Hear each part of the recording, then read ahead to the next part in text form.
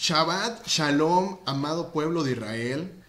Erev Tov para quienes están escuchando esta tarde, Boker Tov para quienes están escuchando la grabación, probablemente para el día de mañana, o Laila Tov, si tú estás escuchando este mensaje o esta grabación por la noche. Qué bendición de verdad estar este día reunidos. Te invito a que si es tu deseo, de igual forma también esta conexión, bueno, nos hagas llegar por ahí un mensaje. Ahí están en las redes sociales. Con muchísimo gusto pudiéramos también compartirte un link para que puedas unirte con nosotros. De lo contrario, bueno, puedes estar escuchando tú la grabación. La ventaja de la grabación es que, bueno, se edita en el sentido de que se le ponen los versículos bíblicos para que tú los vayas siguiendo y eso te facilita mucho también la comprensión. Mira, el día de hoy estaremos estudiando la parashá número 49, que tiene por nombre Kitetse, que significa cuando salgas. Esta porción de la Torá la estaremos estudiando del libro de Deuteronomio, que es de Barim, a partir del capítulo número 21, versículo 9, al capítulo número 26, versículo 19. Así que te invito, por favor, a que pues nos vayas siguiendo con tu Biblia. Repito, ¿cuál Biblia sería la ideal para poder estudiar en este momento? Mira, todas son buenas, siempre y cuando las estudiemos y aprendamos acerca del contexto, porque de otra forma solamente tomaremos versículos y bueno, pues eso no sería lo correcto. Lo ideal es realmente estar estudiando la palabra en todo su contexto. Recordemos que la Biblia es un solo libro prácticamente, es un compendio de varios libros, por lo tanto no podemos verlos de forma aislada y quedarnos solamente con el Brit Hadashah, como actualmente se hace, en donde nada más estudian lo que es el Nuevo Testamento y dejar de lado y olvido lo que es la Torá. Entonces es importante el verlo todo como un compendio de libros. Es una parashá muy interesante, puesto que es la parashá con mayor número de mitzvot. ¿Qué son los mitzvot? Bueno, son mandamientos. Y bueno, esta parashá específicamente tiene 72 mandamientos nada más. Es la parashá con más mandamientos. Ahora, más que cualquier otra porción de la Torá, porque muchos de ellos, es interesante saber que muchos de ellos también no tienen una aplicación realmente. ¿Y por qué? Porque, bueno, no existe un templo físico. Ahorita en la lectura que estuvimos haciendo, bueno, veíamos cómo había ciertos mandamientos que hacían alusión a ir al templo, al Mishkan, y bueno, como no existe este templo físico, obviamente este tipo de mandamientos entonces no tiene aplicación. Así como muchos también de ellos, es importante el conocer cuál es la aplicación que pudiera haber a nuestra vida en nuestros días. ¿Cómo pudiéramos aplicarlo? Porque ahorita leíamos muchos versículos y decía, bueno, es que hasta la muerte. Y esto era con el fin de erradicar por completo determinado pecado. Vamos a estudiar un poco al respecto. Así que yo te pido, por favor, entonces que tengas a la mano tu Biblia. Muy importante, que tengas ahí a la mano tu Biblia, que tú tengas a la mano una libreta, que tengas a la mano pluma y marcador. Y te lo sigo comentando, no tiene nada de malo si tú subrayas tu Biblia, si tú haces una anotación a tu Biblia. Al contrario, es muy bueno porque entonces te servirá a que cuando tú en el día de mañana tengas que enseñar a alguien más, bueno, tienes ahí las referencias y puedes entonces hacer alusión a los versículos bíblicos. Así que es importante el poder tener el sustento bíblico de todo lo que habremos de estudiar este día. Como lo he comentado, la palabra no requiere interpretaciones. Pues lo único que sucede con las interpretaciones, pues es el surgimiento de nuevas doctrinas y por lo tanto de nuevas religiones. Así que la palabra de nuestro Abba no requiere interpretaciones. Lo único que requiere es que la estudiemos y que la conozcamos. Porque lamentablemente, por mucho tiempo, pues era de oídas. Lo que alguien más nos dijo lo tomábamos como una verdad, sin antes consultarlo, sin antes saber cuál era la raíz o el trasfondo. Simplemente lo tomábamos como una verdad y así se quedó. Y ahí están los famosos dogmas, con donde mucha gente crece entonces con algunas ideas y simplemente no se pregunta sobre el trasfondo y ahí quedan. Y bueno, pues son verdades a medias. Esta es una de las porciones un tanto complicadas, pues muchas de las leyes que nos rigen hoy día pudiéramos estar viendo que son contrarias a lo establecido por la Torá. ¿Sí? Me estás escuchando muy bien. Es complicado este parashá en lo particular, puesto que muchas de las leyes que nos están rigiendo hoy día a ti y a mí en la vida cotidiana, pues bueno, son contrarias a las establecidas por la Torá y por lo tanto, pues son contrarias también a lo establecido por Yahweh. Así que vamos a comenzar estudiando y te pido por favor que me acompañes al libro de Deuteronomio, capítulo 21, versículo 10. Vamos a comentar o a comenzar de lleno con el tema. Deuteronomio, capítulo 21, versículo 10. Cuando salieres a la guerra contra tus enemigos, y Yahweh tu Elohim los entregare en tu mano, y tomares de ellos cautivos, y vieres entre los cautivos alguna mujer hermosa, y te sientes atraído a ella, y la tomares para ti por mujer, la traerás a tu casa, y ella rapará su cabeza y cortará sus uñas, y se quitará el vestido de su cautiverio, y se quedará en tu casa, y llorará a su padre y a su madre un mes entero. Después podrás llegarte a ella, y tú serás su marido, y ella será tu mujer. Y si no te agradare, la dejarás en libertad, no la venderás por dinero, ni la tratarás como esclava por cuanto la humillaste. Mira, es muy... Ok, estamos leyendo entonces Deuteronomio capítulo 21, versículo 10, 11, 12, 13 y 14. Mira, algo muy importante que quiero que podamos visualizar es que Israel, el pueblo de Israel, siempre ha sido representado por una mujer en la Biblia. Hay muchísimos versículos bíblicos, hay muchísimos estudios que hemos también analizado, que hemos estudiado. Y bueno, lo que acabamos de leer no fue justo lo que hizo Yahweh con el pueblo de Israel al salir de Egipto en el libro de Éxodo. ¿Y a qué me refiero con esto? Recuerda que el pueblo de Israel es en la Biblia nombrado como una mujer. El pueblo de Israel fue la mujer más hermosa para Yahweh. Esa es una realidad. Ha sido tan hermosa el pueblo de Israel para Yahweh que ha permanecido Yahweh fiel al pueblo de Israel. Así de importante. ¿Cuál ha sido el problema? Bueno, que el pueblo de Israel como mujer hemos visto que ha sido adúltera, fornicó, etcétera, etcétera. Pero quiero que veamos algo muy interesante con estos primeros versículos que comenzamos a estudiar. Versículo número 11 dice: y vieres entre los cautivos a alguna mujer hermosa, y te sientes atraído a ella, y la tomares para ti por mujer. Punto número 1, anótale por favor ahí. Punto número 1.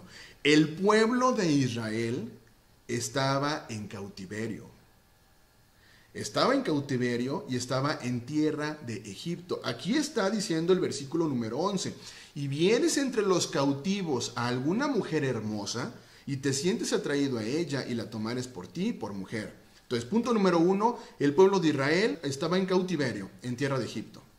Punto número 2, Yahweh se sintió atraído por su amado pueblo. Tan atraído que, bueno, posteriormente viene la Ketubá, que tiene que ver del contrato matrimonial que se estableció. Pero fíjate los puntos. El punto número 1 es que el pueblo de Israel estaba en cautiverio en tierra de Egipto. El punto número 2 es que Yahweh se sintió atraído por su amado pueblo. Punto número 3 es que Yahweh justo trajo al pueblo de Israel fuera del cautiverio para arreglarla, para quitarle la vestimenta de cautiverio. Fíjate qué bonito, de verdad, estos capítulos yo lo comencé a leer. Dije, bueno, la aplicación, mismo Yahweh aplica su palabra. Vemos como Yahshua, cuando vino a esta tierra, aplicó su misma palabra. Punto número 3, entonces, que Yahweh justo trajo al pueblo de Israel fuera de cautiverio, es decir, fuera de la tierra de Egipto, la trajo al desierto. ¿Qué sucedió? Bueno, trató de arreglarla. Por ahí leíamos, decía ahí que tenías que cortar las uñas, etcétera. Y bueno, en un sentido hebraico, si nos vamos a la parte etimológica, la raíz del hebreo sería arreglar, no es cortar como tal las uñas, simplemente es arreglar las uñas. Entonces, fíjate qué interesante el saber que Yahweh fue justo lo que hizo con el pueblo de Israel. La liberó de la esclavitud, de cautiverio, la arregló, le quitó esa vestimenta de cautiverio. Y punto número 4, el pueblo de Israel lloró su pasado. Pasó por las aguas amargas. Le dio tiempo para deshacerse de su pasado en Egipto. Lo probó, y 3 días antes de darle la ketubá de bodas, la Torá le ordenó bañarse, lavar sus ropas, cambiar su apariencia y posteriormente le preguntó si aceptaba obedecer sus mandamientos. Es justo esto lo que acabamos de leer que hizo el mismo Yahweh con su amado pueblo. ¿Te das cuenta cómo la palabra se cumple?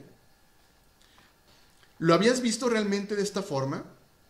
Si la cautiva agrada al novio y hace el proceso de limpieza, que es salir del pecado, y se familiariza con los estatutos y con los mandamientos de Yahweh, la tomará por esposa.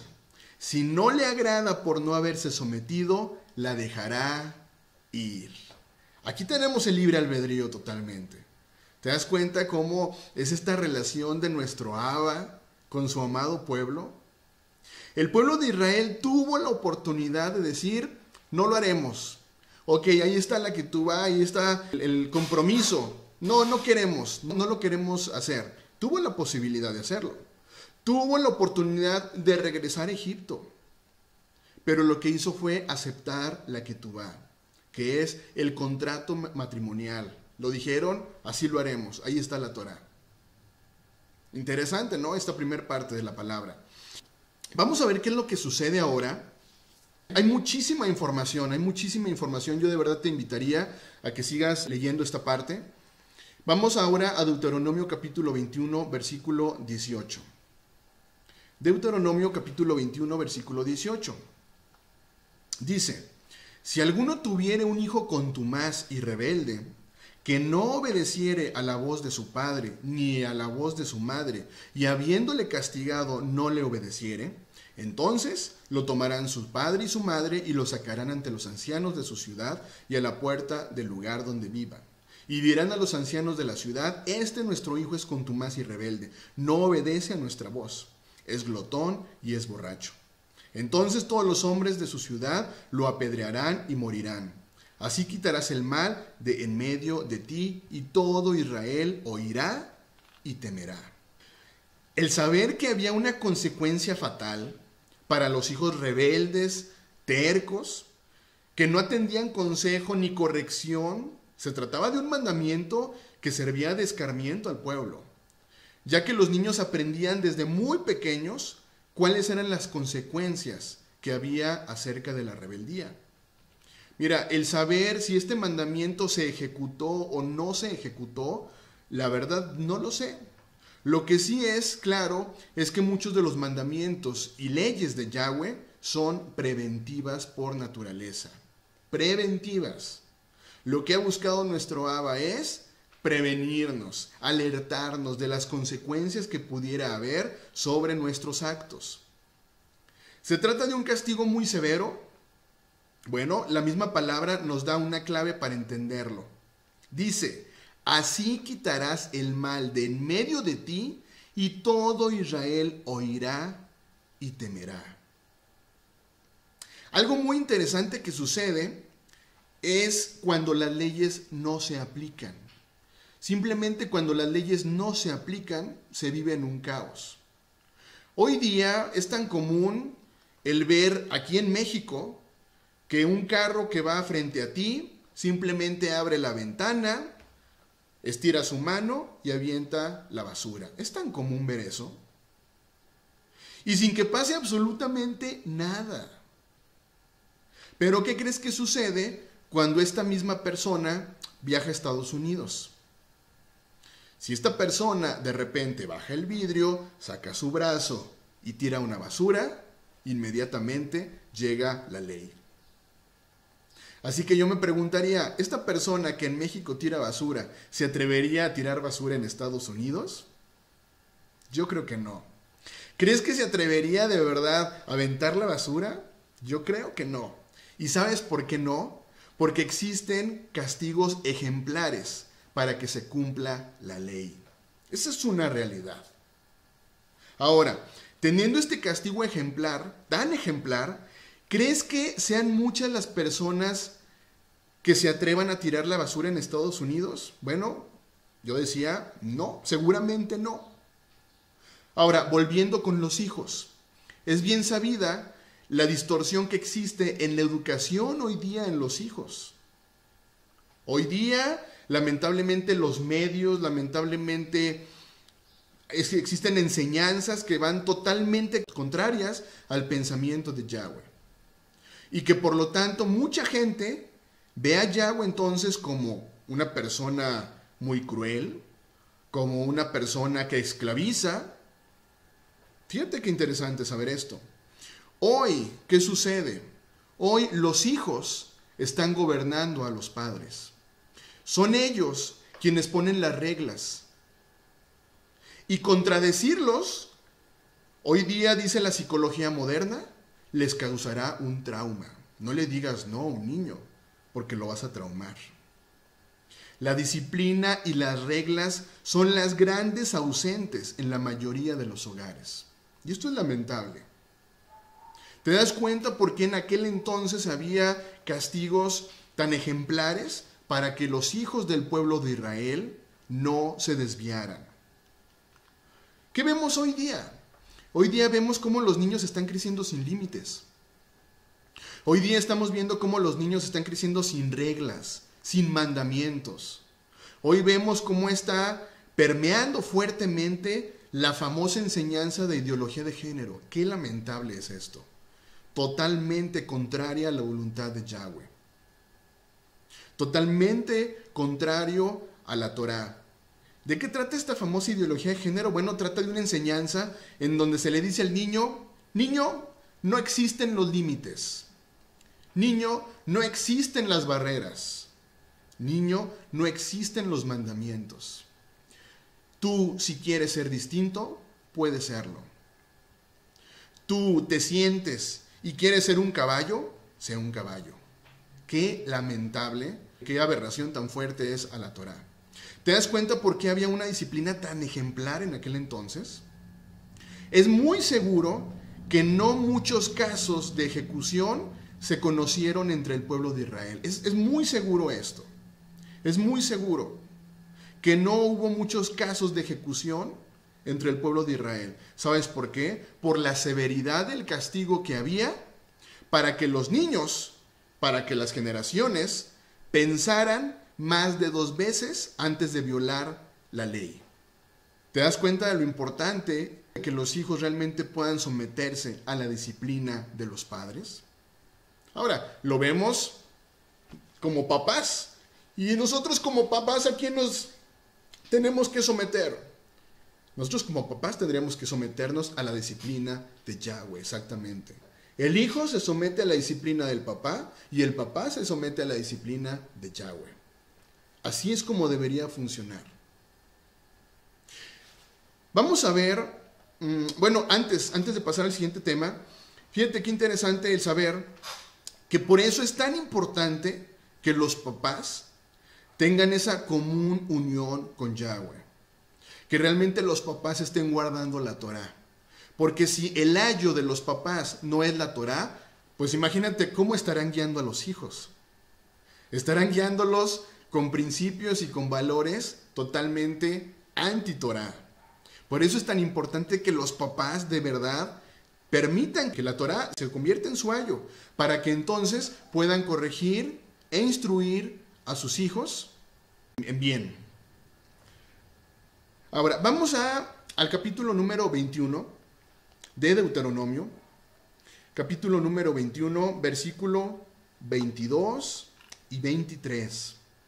Si alguno hubiere cometido algún crimen digno de muerte, y lo hicieres morir y lo colgareis en el madero, no dejaréis que su cuerpo pase la noche sobre el madero.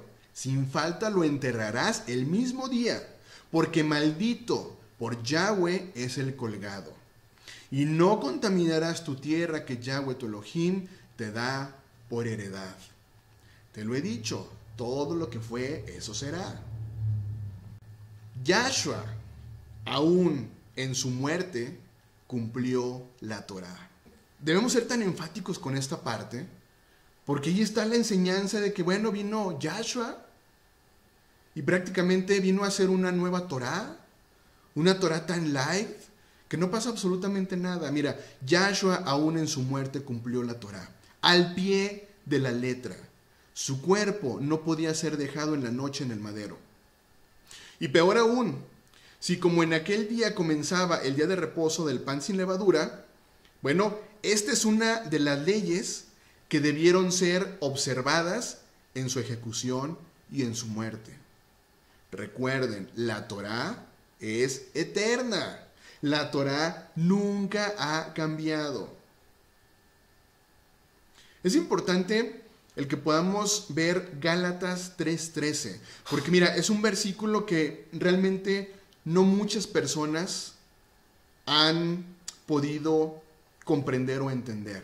Algo que muchos realmente no han comprendido. Gálatas 3:13 dice: Yahshua nos redimió de la maldición de la ley, hecho por nosotros maldición, porque está escrito: maldito todo el que es colgado en un madero.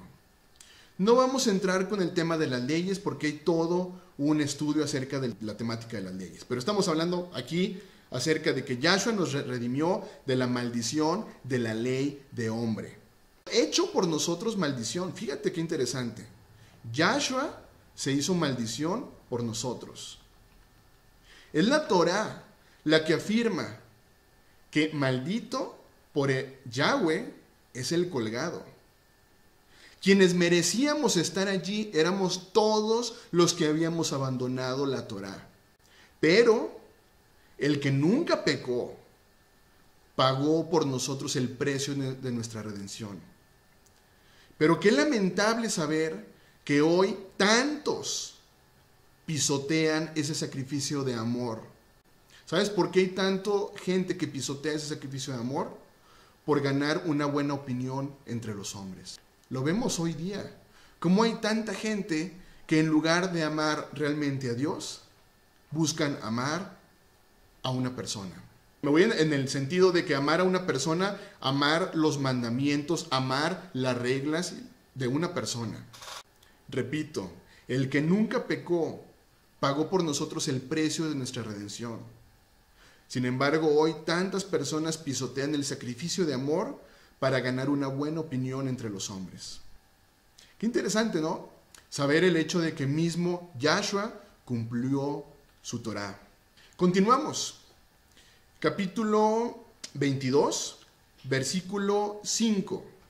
Dice: no vestir la mujer traje de hombre, ni el hombre vestirá ropa de mujer, porque abominación es a Yahweh tu Elohim cualquiera que esto hace. ¿Qué sucede hoy día? Hoy día, mira, es tan común ver a una mujer, probablemente que se trate de vestir con ropa de hombre, o bien el hombre vestirse con ropa de mujer. Es abominación a Yahweh. Aún por disfraz. Está absolutamente prohibido usar prendas de esta forma. Las famosas prendas unisex. ¿Qué es una prenda unisex? Bueno, es para hombre o es para mujer. Son ropas de mujer, son ropas de hombre, es lo mismo.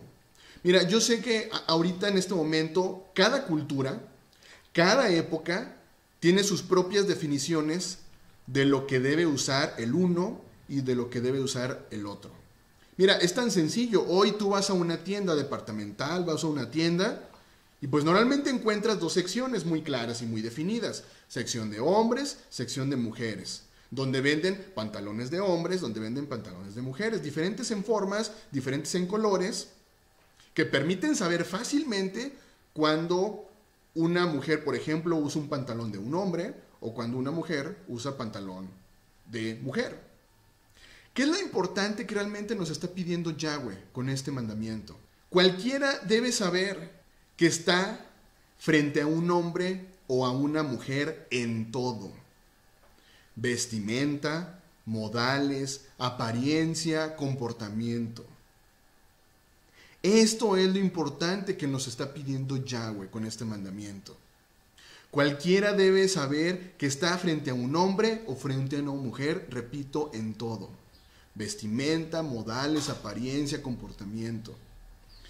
La ropa debe ser modesta, debe ser agradable y desprovista de provocaciones y vulgaridades. Eso es muy claro. Está bien que la mujer creyente deba vestir con modestia, pero el hombre siempre tendrá ocasión de pecar con sus ojos. Así que debe someterse a Yahweh. Debe buscar dominio propio y debe aprender a mirar a otro lado cuando la tentación se está asomando. Tito 3:3. Acompáñame, por favor. Porque nosotros también éramos en otro tiempo insensatos, rebeldes, extraviados, esclavos de las concupiscencias y deleites diversos, viviendo en malicia, envidia, aborrecibles y aborreciéndonos unos a otros. Pero cuando se manifestó la bondad de Yahweh, nuestro Elohim, nuestro Salvador, y su amor para con los hombres, nos salvó, no por obras de justicia que nosotros hubiéramos hecho, sino por su misericordia, por el lavamiento de la regeneración y por la renovación del Ruach HaKodesh. ¡Qué interesante! El saber entonces, el que también se tendría que estar enseñando a los hombres a no pecar muchas veces con los ojos. Mucho que pensar, mucho que corregir. En esta misma porción de la Torá también, se sigue haciendo un énfasis muy especial respecto al yugo desigual. Acompáñame, por favor, a Deuteronomio capítulo 22, versículo 9. No sembrarás tu viña con semillas diversas, no sea que se pierda todo, tanto la semilla que sembraste como el fruto de la viña. No ararás con buey y con asno juntamente. No vestirás ropa de lana y lino juntamente. No ararás con buey y con asno juntamente. Es muy similar. Mira, aquí el mandamiento nos habla de dos clases de animales. Y el otro es un animal inmundo. ¿A dónde apunta esta enseñanza? Segunda de Corintios, capítulo 6, versículo 14. No os unáis en yugo desigual con los incrédulos, porque ¿qué compañerismo tiene la justicia con la injusticia? ¿Y qué comunión la luz con las tinieblas? Esto es muy claro. Nuestra vida, el trabajo, un negocio, debe estar rodeado de personas creyentes. ¿Qué relación podemos tener con personas incrédulas? La verdad es que terminarían afectándonos con sus pensamientos y con sus costumbres. Yahweh quiere un pueblo apartado. Por eso es que desde la creación nos habla de juntarse todo según su especie. La naturaleza, la creación, aún las mismas telas, deben guardar el principio no mezclar, para que llevemos el conocimiento más allá, donde tenemos que aprender a separar lo santo de lo profano. Levítico 10:10. Para poder discernir entre lo santo y lo profano, y entre lo inmundo y lo limpio. Ezequiel 22:26. Sus sacerdotes violaron mi ley y contaminaron mis santuarios. Entre lo santo y lo profano no hicieron diferencia, ni distinguieron entre lo inmundo y lo limpio. Y mis días de reposo apartaron sus ojos, y yo he sido profanado en medio de ellos. Ezequiel 44:23. Y enseñarán a mi pueblo a hacer diferencia entre lo santo y lo profano, y les enseñarán a discernir entre lo limpio y lo no limpio. ¿Por qué entonces no mezclar la lana y el lino? La lana proviene de animales y el lino de plantas. ¿Te das cuenta cuál es la enseñanza? La enseñanza aquí, la que podemos encontrar, mucho tiene que ver con el énfasis respecto al yugo desigual. No puede haber yugo desigual. Repito, Yahweh quiere un pueblo apartado. Por eso es que desde la creación, siempre se habla de todo juntarse según su especie. No podemos mezclar. ¿Y por qué no podemos mezclar? Para que entonces podamos comenzar a comprender el panorama espiritual. A propósito de esta prohibición de las mezclas, cada vez más y más se impone en esta parte de las raíces hebreas el concepto de judíos y de gentiles para hablar de Israel. Ese concepto judío pertenece al pueblo santo, sin duda alguna. Gentil significa pagano. Naciones fuera de Israel, personas sin Dios, sin promesa, sin Torá. No es posible que Yahweh pensara siquiera en mezclar judíos y gentiles, santos y paganos. Imposible. Mira, vamos a el libro de Efesios capítulo 2, versículo 11. Efesios capítulo 2, versículo 11, mira, nos advierte muy claramente que cuando un gentil o pagano cree en Yahshua, deja de ser gentil y adquiere la ciudadanía de Israel. Una vez injertado en el olivo santo de Israel, ya no es gentil. Por eso se une lo santo con lo santificado. Así que si tú has comenzado a entrar en este tema de las raíces hebreas, ya conoces tu verdadera identidad. Ya no eres gentil, ya eres pueblo de Israel. Adquiriste la ciudadanía de Israel. Fuiste injertado en el olivo santo de Israel. Amado pueblo de Israel, es una parashá con muchísimo contenido. Yo te invito a que sigamos estudiando esta parashá y que sigamos discerniendo cuál es el sentido de estos mandamientos. Mucho por pensar, mucho por hacer, mucho por dejar de hacer, pero la decisión la tienes tú. Amado pueblo de Israel, que seas muy bendecido en este nuevo inicio de semana. Shavua Tov. Buena semana.